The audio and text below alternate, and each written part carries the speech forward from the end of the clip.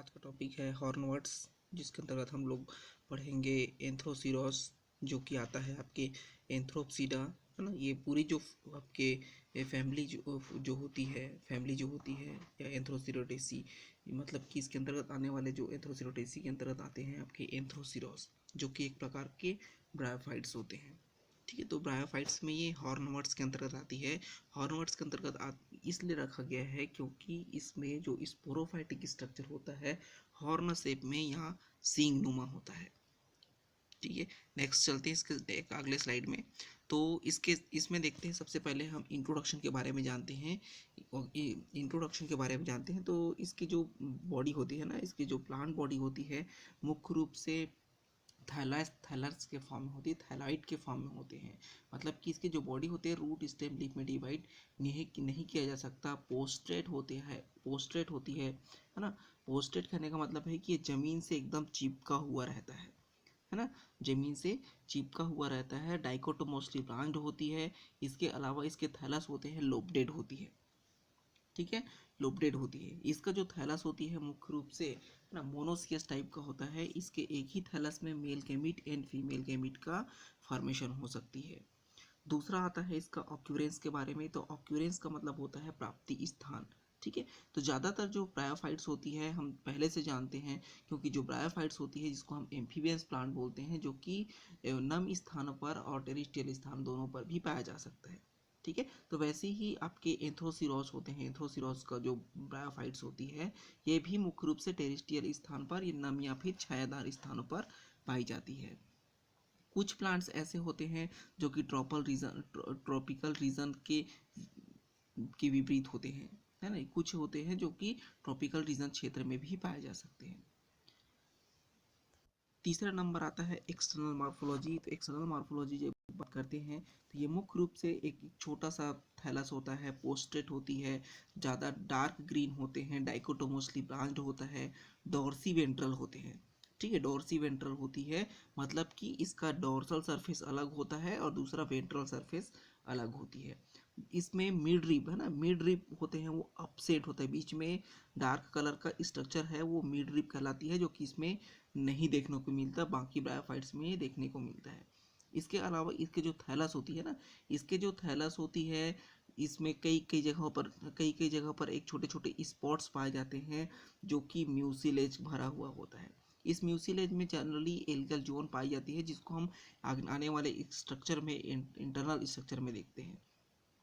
External morphology की जब बात करते हैं तो ज़्यादातर क्या होती है डॉर्सल सरफेस पर, है ना। डॉर्सल सरफेस जो होता है प्लेन होती है, लेकिन वेंट्रल जो सरफेस होती है जिसमें रॉयजॉइड्स, छोटे छोटे हेयर लाइक स्ट्रक्चर होती है, जिसको हम बोलते हैं रॉयजॉइड्स बोलते हैं, जो कि स्मूथ रॉयजॉइड्स पाई जाती है ना। इसके लोअर सरफेस पर, है ना, जो अभी बता रहे थे कि जो म्यूसिलेज कैविटी होती है, जहाँ पर एक प्रकार का एल्गी जो कि नास्टॉक साइनोबैक्टीरिया जो होती है, ये इसके म्यूसिलेज कैविटी में पाई जाती है।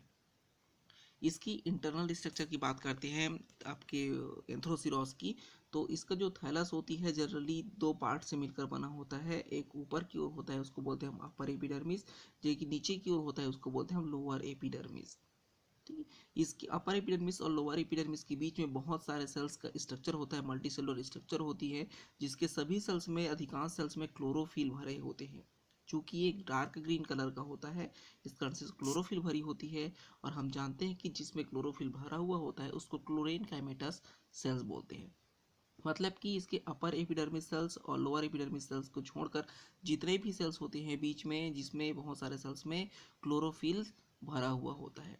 इसके अलावा कुछ सेल्स ऐसे होते हैं जो फूड मटेरियल का स्टोरेज करती है और पेरेनकाइमेटस सेल्स कहलाते हैं, पेरेनकाइमेटस सेल्स कहलाते हैं। इसके अलावा इसके बीच बीच में एक छोटे छोटे ग्रुप या कैविटी होती है, जिसको बोलते हैं हम म्यूसिलेज कैविटी, और ये वास्तव में म्यूसिलेज कैविटी होती है जो नॉस्टॉक साइनोबैक्टीरिया को कंटेन करके रखता है। और हम जानते हैं कि जो साइनोबैक्टीरिया होती है जो कि नाइट्रोजन फिक्सेशन करने का काम करता है। इसके साथ साथ ही इसके लोअर सरफेस पर छोटे छोटे स्लीट, ठीक है, स्लीट या फिर खाली जगह पाई जाती हैं, जहाँ से ये एयर्स को ट्रांसपोर्ट कर सकता है। इसके अलावा जो हर एक सेल्स में हर एक सेल के पास एक न्यूक्लियस होगा। न्यूक्लियस के बीच बीच में ना, न्यूक्लियस के बीच बीच में क्या पाई जाएगी, है ना, बीच बीच में हर एक सेल के बीच में न्यूक्लियस पाया जाएगा। इसके साथ साथ ही हर एक सेल्स में हमने कहा कि जो क्लोरोफिल पाई जाती है, और ये क्लोरोफिल मुख्य रूप से पायरेनॉइड्स के फॉर्म में, क्लोरोप्लास्ट जो होती है पायरेनॉइड्स के फॉर्म में पाया जाता है। पांचवा नंबर आता है रिप्रोडक्शन के बारे में। तो रिप्रोडक्शन होती है, इसमें दो प्रकार के रिप्रोडक्शन होते हैं, वेजिटेटिव रिप्रोडक्शन और दूसरा होता है सेक्सुअल रिप्रोडक्शन।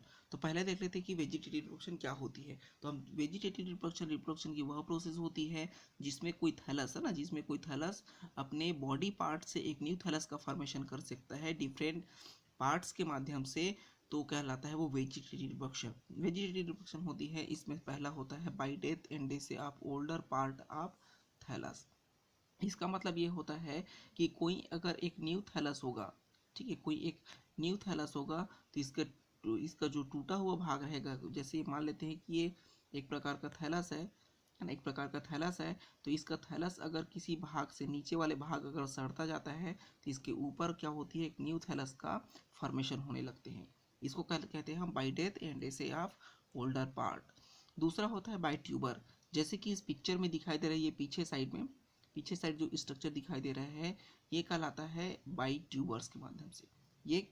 ये क्या होती है, इसका फॉर्मेशन जब कैसे होती है कि जब ये अनफेवरेबल कंडीशन में जाता है, तो अपने आप को बचाने के लिए क्या करती है, अपना जो जितना भी साइटोप्लाज्म होती है वो एक ट्यूब के अंदर कंटेन करके रख देता है, और यही जो ट्यूबर होती है जो फेवरेबल कंडीशन आने पर एक न्यू थैलस का फॉर्मेशन कर सकती है।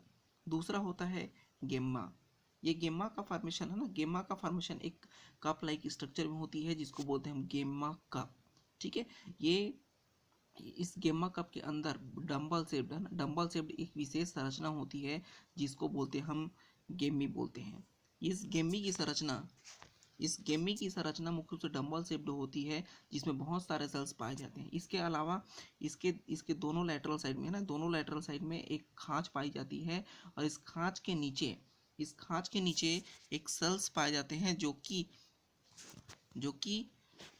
खांच के नीचे सेल्स, मेरिस्मेटिक सेल्स पाए जाते हैं, जिसके कारण एक न्यू थैलस ब्रांचेस का फॉर्मेशन होती है। इसके अलावा जो गेमी जो होती हैं, जिसमें oil cells, chloroplast cells, rhizoidal initial cells, germ cells, ऐसे बहुत सारे सेल्स का एक मिला हुआ संरचना होता है। ये पूरी जो संरचना होती है एक छोटे से स्टाक लाइक स्ट्रक्चर से इसके बेस वाले साइड से ये जुड़ा हुआ रहता है। नेक्स्ट नंबर आता है by grooving apex. Grooving apex का मतलब क्या होती है कि इसका जो थैलस होता है ना, इसका जो थैलस होती है, इसका सामने का भाग क्या करता है, ग्रोथ करने के लिए रिस्पॉन्सिबल होता है। कुछ भाग ऐसे होते हैं जिससे ग्रोथ कर सकता है और न्यू थैलस का फॉर्मेशन कर सकती है। तो इस प्रकार से वेजिटेटिव रिप्रोडक्शन की प्रोसेस देखने को मिलता है। दूसरा होता है सेक्सुअल में हमने कहा कि जो इसका जो थैलस होती है मुख्य रूप से मोनोसियस टाइप का थैलस होता है, मोनोसियस टाइप का थैलस होती है। इसके जो थैलस होती हैं, इसके एक ही थैलस में है ना, एक ही थैलस में आपके मेल गैमीट भी पाया जा सकता है, फीमेल गैमीट भी पाया जा सकते हैं। इसमें जो मेल गैमीट होता है ना, मेल गैमीट जो होती है वो एंथ्रीडिया कहलाती है, जबकि फीमेल गैमीट होते हैं आर्चिगोनिया कहलाती है। ये दोनों मेल गैमीट और फीमेल गैमीट का फॉर्मेशन है ना, male gamete and female gamete का फॉर्मेशन थैलस में किसी भी स्थान पर हो सकती है, किसी भी स्थान पर हो सकती है। इसके जब मेल गैमीट का हम कंप्लीट स्ट्रक्चर देखते हैं, तो ये मुख्य रूप से एक सेल्स के अंदर या फिर थैलस के अंदर एक छोटे से चैम्बर के रूप में होती है, जिसको कहते हैं हम एंथ्रीडियल चैम्बर। इस एंथ्रीडियल चैम्बर के ऊपर में पाए जाने वाली सेल क्या कहलाती है, रूफ सेल कहलाती है या फिर छत सेल कहलाती है। इस सेल्स की जब संरचना देखते हैं, एंथ्रीडिया का स्ट्रक्चर देखते हैं, तो ये मुख्य रूप से एक जैकेट्स के द्वारा घिरा हुआ एक विशेष संरचना होता है, मल्टीसेलुलर स्ट्रक्चर होती है, जो कि स्टाक के माध्यम से जुड़ा हुआ होता है। इसके अंदर में जैकेट के अंदर में बहुत सारे छोटे छोटे सेल्स होती है, जहां पर एंथेरिडिया का फॉर्मेशन होती है। इस संरचना का जब डेवलपमेंट देखते हैं, मेल गैमीट का डेवलपमेंट आगे देखते हैं, तो मेल गैमीट का जो डेवलपमेंट की प्रोसेस होती है, मेल गैमीट का डेवलपमेंट की प्रक्रिया होती है, वो एक सिंगल सेल से होती है। एक सिंगल सेल से होती है, जिसको क्या बोलते हैं हम इनिशियल सेल बोलते हैं। चूंकि हम यहाँ से एंथ्रीडियल का डेवलपमेंट होता है, इसको एंथ्रीडियल इनिशियल सेल बोलते हैं। ये एंथ्रीडियल सेल क्या करती है, ट्रांसफर डिवीजन करता है। ट्रांसफर डिवीजन करने से दो प्रकार के सेल बन जाते हैं। ऊपर की ओर होता है उसको बोलते हैं रफ इनिशियल सेल, और नीचे की ओर होता है उसको बोलते हैं एंथ्रीडियल सेल। ये सेल्स क्या करती है, फिर से कंटिन्यू डिवाइड होते हैं, और कंटिन्यू डिवाइड होने से बहुत सारे सेल्स का संरचना बनती है। बहुत सारे जो सेल बने हुए होते हैं उसमें एंटीक्लाइनल क्लॉकवाइज और दूसरा एंटी क्लॉकवाइज और दूसरा एंटी क्लॉकवाइज। जब डिवीजन होने से इसमें बहुत सारे सेल्स का एक रफ स्ट्रक्चर बन जाती है, ठीक है। और अंदर जो बाहर में जो सेल होते हैं, जो एंथ्रीडियल जैकेट का फॉर्मेशन करती है, जो अंदर में जो सेल होते हैं, है ना, अंदर में जो सेल होती है, इसे कहते हैं हम एंथ्रीडियल इनिशियल सेल। ये एंथ्रीडियल इनिशियल सेल। अब ये जो एंथ्रीडियल इनिशियल सेल होती है ना, एंथ्रीडियल इनिशियल सेल होती है, ये मुख्य रूप से एंथ्रीडियल इनिशियल से होती है। ये कंटिन्यू डिवाइड होते हैं, है ना। चूंकि यहाँ पर क्या हो रही है, जो आपके इनिशियल सेल है वो ट्रांसफर डिवीजन किया, ट्रांसफर डिवीजन करने से पेरिग्नल डिवीजन के बहुत सारे सेल्स का फॉर्मेशन हुआ। उसमें से जो एक बचा सेल रहता है, एक सिंगल सेल रहती है, यह कहलाती है एंथ्रीडियल इनिशियल सेल। और ये जो एंथ्रीडियल इनिशियल रहती है, ये लगातार ट्रांसफर और लॉन्गिट्यूडिनल डिवीजन करने से दो सेल्स का फॉर्मेशन ना, दो सेल्स का फॉर्मेशन करती है। दो से वो चार सेल बना लेती है, और चार सेल डिवाइड होकर टोटल 8 सेल बना लेते हैं, जो कि चार चार के ग्रुप में पाए जाते हैं। 4 सेल नीचे होता है, 4 सेल ऊपर होता है। इस चारों सेल्स को एक ग्रुप बोला जाता है, जिसको हम एक टीयर के नाम से बोलते हैं। मतलब कि चार चार सेल का दो टीयर का निर्माण हो जाता है। अब जो ऊपर की ओर 4 सेल रहती है, ये फिर डिवाइड होकर 4 सेल और 4 सेल अन्य 4 सेल का फॉर्मेशन कर लेते हैं, ठीक है, जिससे चार चार सेल के 3 टीयर्स का निर्माण हो जाता है। अब नीचे वाला जो सेल होता है, नीचे वाले जो 4 सेल होती है, ये मुख्य रूप से स्टॉक सेल का फॉर्मेशन करती है, स्टॉक सेल का फॉर्मेशन करती है। जबकि ऊपर में बना हुआ आठों सेल्स पेरिक्लाइनल डिवीजन करने से दो लेयर का फॉर्मेशन करता है, दो लेयर का फॉर्मेशन करता है। बाहर की ओर होता है, इसको हम पेराइटल सेल बोलते हैं, है ना, या फिर एम्फिथीसियम सेल बोलते हैं। और अंदर की ओर होता है, उसको बोलते हैं हम एंड्रोगोनियल सेल बोलते हैं, ठीक है, एंड्रोगोनियल सेल बोलते हैं। अब ये जो एंड्रोगोनियल सेल होती है, ये लगातार डिवाइड होते हैं और सभी कहलाती है एंड्रोगोनियल मदर सेल कहलाते हैं। अब ये जो एंड्रोगोनियल मदर सेल होती है, काफ़ी ज़्यादा डेवलप हो जाते हैं और लगातार डिवाइड होकर ये एंथ्रोजॉइड्स का फॉर्मेशन करती है, जो कि एक जैकेट के अंदर या एंथ्रीडियल जैकेट के अंदर बंद होते हैं। नेक्स्ट नंबर आता है डेवलपमेंट ऑफ आर्चिगोनियम, जिसमें हम देखते हैं फीमेल गैमीट का डेवलपमेंट या फिर आर्चिगोनिया का डेवलपमेंट। आर्चिगोनिया के डेवलपमेंट की प्रोसेस में सबसे पहले एक इनिशियल सेल होती है, या फिर एक्टिव सेल्स होते हैं थैलस के, वो क्या बनाती है, फीमेल गैमीट का डेवलपमेंट करती है। फीमेल गैमीट का डेवलपमेंट एक इनिशियल सेल से होती है या प्रारंभिक सेल से होते हैं, इस कारण से इसको आर्चिगोनियल इनिशियल सेल बोलते हैं। ये सेल क्या करती है, पहले पहले क्या करती है, वर्टिकल डिवीजन करता है। वर्टिकल डिवीजन करने से बहुत सारे सेल्स का समूह बना लेता है या फिर एक लेयर बना लेती है, जिसमें बाहर वाले सेल्स को हम बोलते हैं पेरिफेरल सेल या फिर जैकेट सेल बोलते हैं, और अंदर में बीच में से होती है उसको प्राइमरी एक्सियल सेल बोलते हैं। इसकी संरचना को हम लैटरल साइड से देखते हैं तो इस तरीके से दिखाई देता है, जबकि इसको हम उसके अपर व्यू से देखते हैं, ऊपर से देखते हैं तो कुछ इस तरीके से दिखाई देती है, जिसमें जिसमें जो बाहर की ओर जो सेल रहती है उसको हम जैकेट सेल बोलते हैं, जबकि अंदर की ओर होता है उसको बोलते हैं प्राइमरी एक्सियल सेल। वास्तव में ये प्राइमरी एक्सियल सेल ही ऐसा सेल होता है जिससे आर्चिगोनिया का डेवलपमेंट होती है। अब ये जो प्राइमरी एक्सियल सेल होती है ना, प्राइमरी एक्सियल सेल होते हैं, ये ट्रांसफर डिवीजन करता है। ट्रांसफर डिवीजन करने से इसमें दो सेल्स का फॉर्मेशन हो जाता है, एक तो आउटसाइड होते हैं, दूसरा इनसाइड होता है। आउटसाइड जो होता है वो मुख्य रूप से प्राइमरी नेक कैनाल सेल का फॉर्मेशन करती है या फिर कवर सेल का फॉर्मेशन करती है, जबकि नीचे की ओर जो सेल रहता है, नीचे की ओर सेल रहती है, ये सेल डिवाइड होकर प्राइमरी वेंट्रल कैनाल सेल का फॉर्मेशन करते हैं। और ये जो प्राइमरी वेंट्रल कैनाल सेल होती है, ये प्राइमरी वेंट्रल कैनाल सेल होते हैं, ये डिवाइड हो जाता है नेक कैनाल सेल्स में और वेंट्रल कैनाल सेल और एग सेल में। क्योंकि जो आपके बाहर था, आउटर सेल था, वो उसका काम था कवर सेल का फॉर्मेशन करना, जबकि नीचे वाला सेल था, इनर सेल था, वो जो फिर सेंट्रल सेल थे, ये क्या किए, पहले प्राइमरी वेंट्रल सेल का फॉर्मेशन किया, और यही जो प्राइमरी वेंट्रल सेल था, ये neck canal cells, ventral canal cell और एक सेल्स में डिवाइड हो जाता है इस तरीके से इस प्रकार का मुख्य स्ट्रक्चर मिलती है, जो कि हमारा क्या कहलाता है, आर्चिगोनिया कहलाती है। अब मेल गैमीट और फीमेल गैमीट का फॉर्मेशन कंप्लीट हो जाता है, उसके बाद आता है स्पोरोफाइट डेवलपमेंट या फिर फ्यूजन की प्रोसेस। तो मेल गैमीट और फीमेल गैमीट फ्यूज होकर क्या बनाती है, आफ्टर फर्टिलाइजेशन ये जाइगोट का फॉर्मेशन करती है, जो कि 2n स्ट्रक्चर होती है। सबसे पहले ये जो जाइगोट स्ट्रक्चर होता है, इसमें एक बार वर्टिकल होता है या खड़ा डिवीजन होता है। खड़े डिवीजन से दो लेटरल साइड में टू सेल्स स्ट्रक्चर का फॉर्मेशन कर लेती है। ये जो टू सेल स्ट्रक्चर होती है, इसमें फिर ट्रांसफर डिवीजन होता है और ट्रांसफर डिवीजन होने से 4 सेल स्ट्रक्चर का फॉर्मेशन हो जाती है। ये प्रारंभिक 4 सेल होती है। सबसे पहले वर्टिकल और ट्रांसफर डिवीजन करने से 4 सेल होते हैं, वो 8 सेल में डिवाइड हो जाती है, जो कि 4 4 सेल के 2 टीयर का फॉर्मेशन हो जाता है। अब ये जो ऊपर वाला जो टीयर रहता है, ऊपर वाला जो 4 सेल होती है, ये फिर से डिवाइड होते हैं और फिर से वो 4 4 सेल के 2 टीयर का फॉर्मेशन कर जाती है। इस प्रकार से पूरे 4 4 सेल के 3 टीयर का निर्माण हो जाती है। अब नीचे वाला जो 4 सेल्स होती है, इसका काम होता है फूड का फॉर्मेशन करना। बीच वाले का काम होता है सीटा का फॉर्मेशन करना। चूंकि इसमें सीटा का फॉर्मेशन, सीटा अब्सेंट होती है और सीटा के स्थान पर कॉल्यूमेला होती है या फिर मेरिस्टेमेटिक टिश्यूज के ग्रुप पाए जाते हैं, उसका फॉर्मेशन होता है। लेकिन जो ऊपर वाले जो सेल होती है, उसका काम होता है कैप्सूल का फॉर्मेशन। अब ये जो नीचे वाला सेल्स होती है, फूट वाले सेल्स, उसको छोड़कर दोनों सेल्स जो सीटा और कैप्सूल वाले सेल्स होते हैं, ये क्या करती है, एंटीक्लाइनल और पेरिक्लाइनल डिवीजन करते हैं, क्लॉकवाइज और एंटी क्लॉकवाइज। क्लॉकवाइज और एंटी क्लॉकवाइज जब डिवीजन करता है तो 2 लेयर का निर्माण होता है, जिसमें बाहर की ओर होता है उसको बोलते हैं बाहर की ओर होता है उसको बोलते हैं एम्फीथीसियम, और अंदर की ओर होता है उसको बोलते हैं एंडोथीसियम। अब एम्फीथीसियम जो सेल होती है, ये वास्तव में जैकेट का फॉर्मेशन करती है, जबकि एंडोथीसियम का लेयर जो होता है, एक कॉलम, लंबी कॉलम का फॉर्मेशन करती है। अब ये जो एंडोथीसियम की लेयर होती है, लगातार ट्रांसफर्स डिवीजन होते जाते हैं।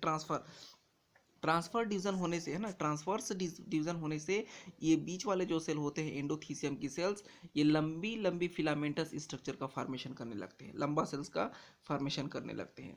अब ये जो सेल होती है ना, एंडोथीसियम की सेल्स, है ना, जो एंडोथीसियम की सेल लॉन्गी ट्रांसफर डिवीजन करने से एक लंबी फिलामेंटस स्ट्रक्चर का फॉर्मेशन करती है, जिसमें जिसमें नीचे वाला सेल, जैसे इस स्ट्रक्चर में कंप्लीट आपको दिखाई दे रहा है कि नीचे वाला सेल से फूट कहलाती है।